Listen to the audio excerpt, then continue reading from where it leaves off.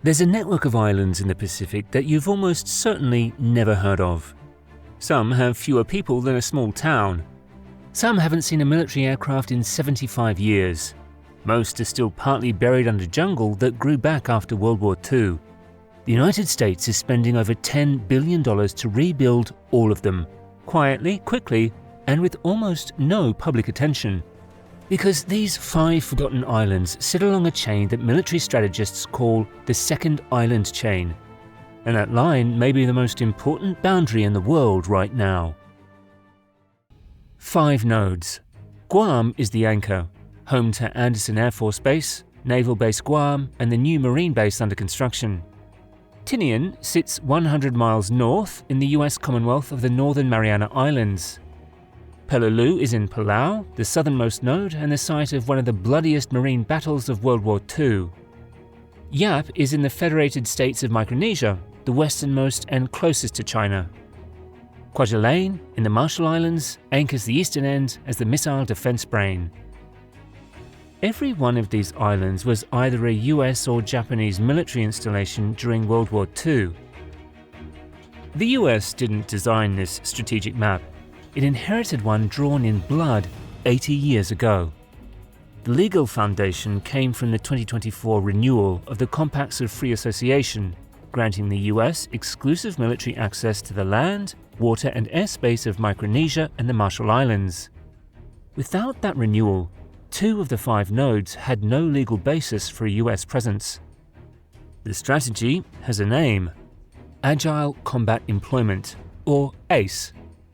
Instead of massing aircraft at one large, well-known base, you spread them across many small, hard-to-predict airstrips. An adversary has to hit every node simultaneously to shut down the force, each one at a different range and a different approach factor. Guam functions as the logistics hub. The outer islands are dispersal points with aircraft rotating on unpredictable schedules, so an adversary never knows exactly where the planes are. The technology that makes this viable is the F-35B, which can operate from runways as short as 3,000 feet, far less than traditional jets require. The problem? Most of these strips were last paved in 1944. 75 years of the Pacific had left their mark. Total military construction on Guam runs north of $10 billion, spanning 2015 through 2028. The centerpiece is Marine Corps Base Camp Blaz, the first new Marine base since 1952, with a program budget between $8.6 and $8.9 billion. Japan is funding approximately $3 billion of that.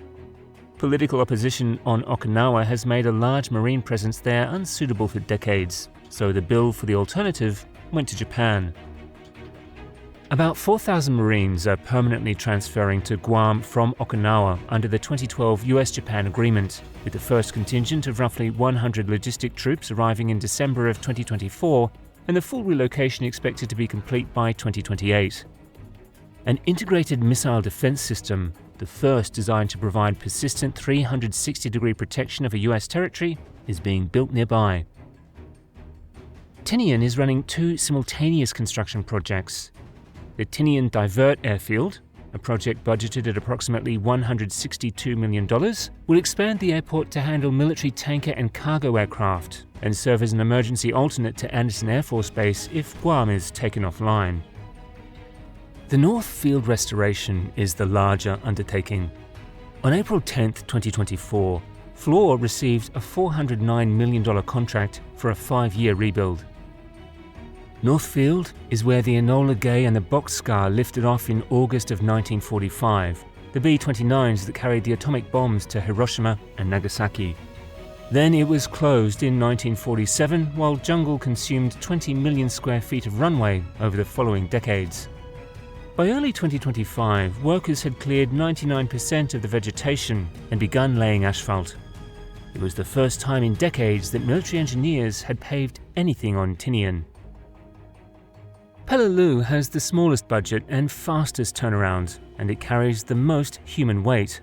Marines from the 7th Engineer Support Battalion, 1st Marine Logistics Group, cleared decades of vegetation and recertified a 6,000-foot runway.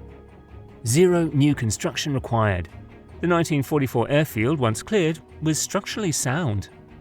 They named it Sledge Runway, honoring Private First Class Eugene Sledge, who fought here and later wrote With the Old Breed, the memoir adapted into the HBO series The Pacific. On June 22, 2024, a KC-130J Super Hercules from the 1st Marine Air Wing made the first military fixed-wing landing on Peleliu in decades. In October of 2025, the US committed an additional $150 million for further airfield and port development, a signal that Peleliu is no longer a one-rotation experiment.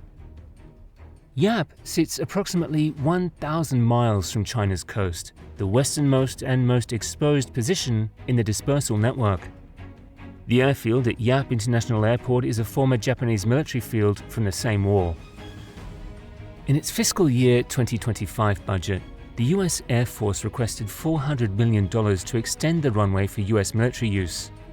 The initial funding allocated was $96 million. The full program is not yet funded. In May of 2025, the Yap state government signed an operational control agreement with the US to facilitate the construction work. The Ronald Reagan Ballistic Missile Defense Test Site on Kwajalein Atoll handles intercept testing, long-range radar tracking, and monitoring for missiles fired across the Pacific during exercises. The US lease runs through 2066. Landowners hold over $32 million in escrow from long-standing rent disputes over US use of the atoll. The base is the second largest employer in the Marshall Islands, per the US State Department, making the military presence there as much an economic foundation as a strategic one. At Tinian's North Field, the concrete itself was mostly intact. The problem was what had grown on top of it. Decades of tropical vegetation fractured runway surfaces. Unexploded ordnance was embedded throughout, and coordination with the National Park Service over protected nesting birds added months to the clearance timeline. Peleliu ran into the same ordnance problem. Marines swept for live World War II munitions before a single aircraft could land.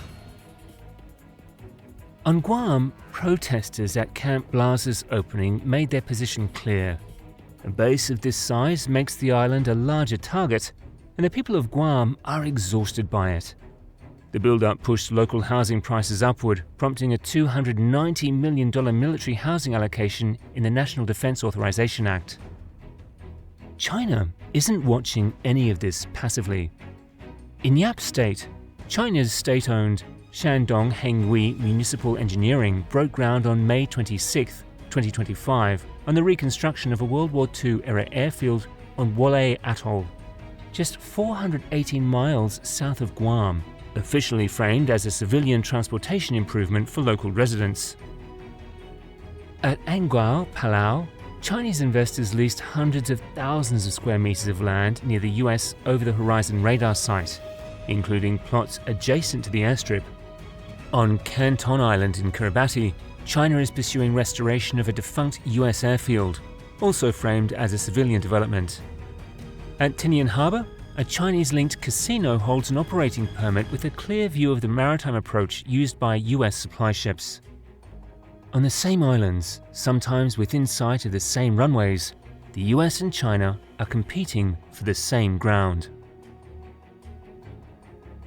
Palau didn't resist this build-up. President Tommy Remengesau Jr. wrote directly to the then Secretary of Defense Mark Esper in 2020, asking for joint-use facilities and regular US military use. Alongside the Peleliu runway, the US is constructing the Tactical Multi-Mission Over-the-Horizon Radar in Palau. The Marshall Islands' decision to lock in the Kwajalein lease through 2066, at the same moment China was actively courting Pacific nations, was as much a political statement as an economic one. On Guam, residents face a different calculation. More military spending brings jobs and construction contracts, but also a higher profile as a potential target. From Peleliu, US Marine aircraft are approximately 1,000 miles from Manila. Before this network, the nearest comparable Marine contingent was in Hawaii, more than 4,600 miles away. The network's strength is the geometry, and that geometry is only as strong as the political relationships holding it together. The Solomon Islands signed a security pact with China in 2022 and denied port access to US and British ships. Tinian Northfield is the most consequential project still in progress, with 2 runways targeted for completion by 2027 and paving already underway as of early 2025. Yap remains uncertain. The full $400 million program is not yet funded, and China has already broken ground on an airfield on the same island group. For 75 years, US Pacific strategy ran on concentration. Massive bases, overwhelming firepower, one location. ACE flips that entirely. What makes this network different isn't the airstrips themselves, it's that resilience now depends on geometry rather than armor, and on political relationships rather than walls. These runways aren't just runways. They're a strategic philosophy written in concrete on some of the most remote terrain on Earth, on islands last used when B-29s were the most advanced thing in the sky. The construction is happening now, and on some of the islands, the other side has already started building. Do you think spreading forces across a network of small island airstrips is a stronger deterrent than a few massive fortified bases? Or does distributing them create its own vulnerabilities? Tell us what you think in the comments. Thank you for watching, and subscribe for more Mega Build stories.